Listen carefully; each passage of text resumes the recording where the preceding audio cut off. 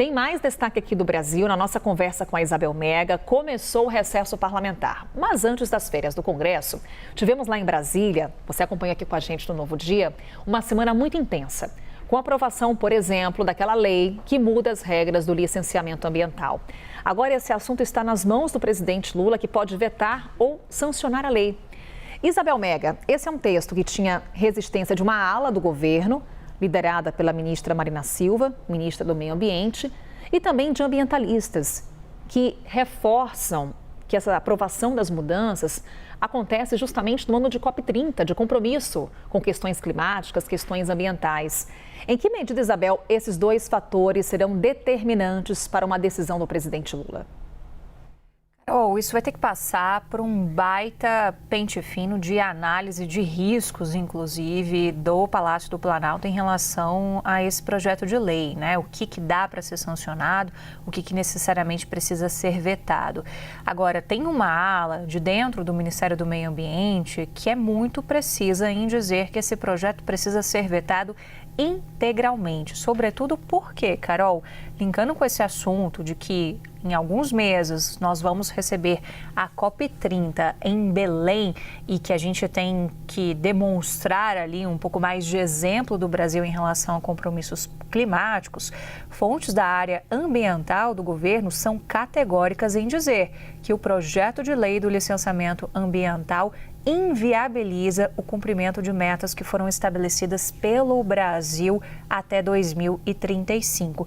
São as chamadas NDCs, Carol, para a gente relembrar um pouco esse número, isso vai ficar muito na nossa memória, principalmente durante a cobertura da COP30.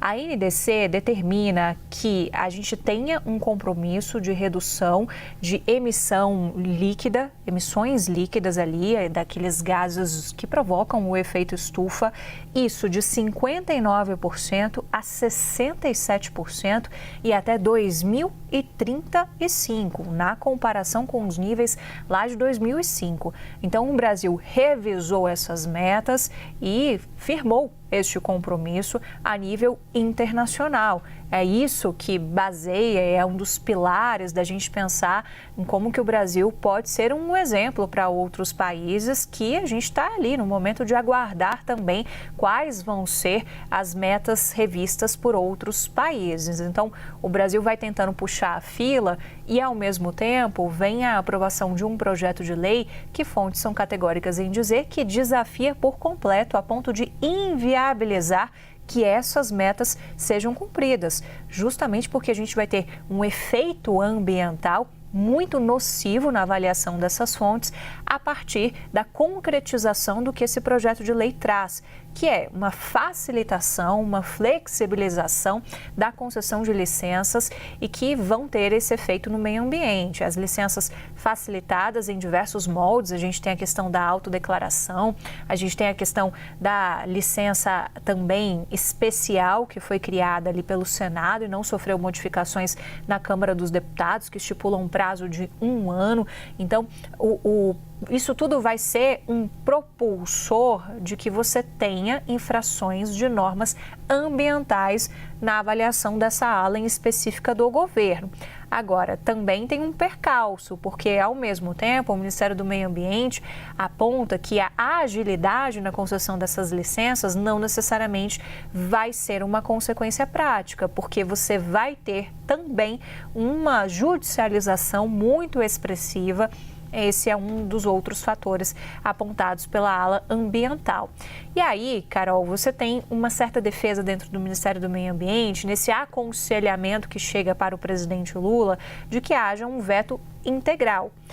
Isso significa que o governo vai atender? Não significa, porque você tem outras alas do governo que pensam diferente, que veem fatores positivos nesse projeto de lei, que pode ajudar, inclusive, a destravar obras do PAC. Hoje, quem cuida do PAC ali, está sempre sob os cuidados atentos, é a Casa Civil. Então, a Casa Civil tem muito poder de palavra final também junto ao presidente da República.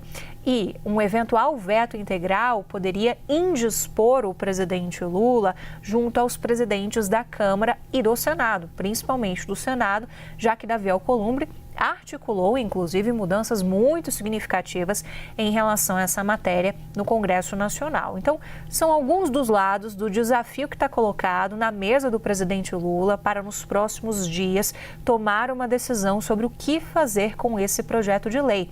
Agora, independente do que aconteça, Carol, se a gente tiver a sanção dessas partes mais robustas desse projeto, que tratam ali dessas flexibilizações todas, a gente vai ter uma espécie de terceiro turno nessa história, com o judiciário também entrando em cena. Isso tudo, Carol, em um ano de COP, um ano que o Brasil tenta alavancar discussões, tenta atrair mais financiadores para a gente frear as mudanças climáticas, trabalhar nos conceitos de mitigação dessas mudanças, isso tudo é visto como uma espécie de balde de água fria nos nossos compromissos que são levantados em novembro em Belém.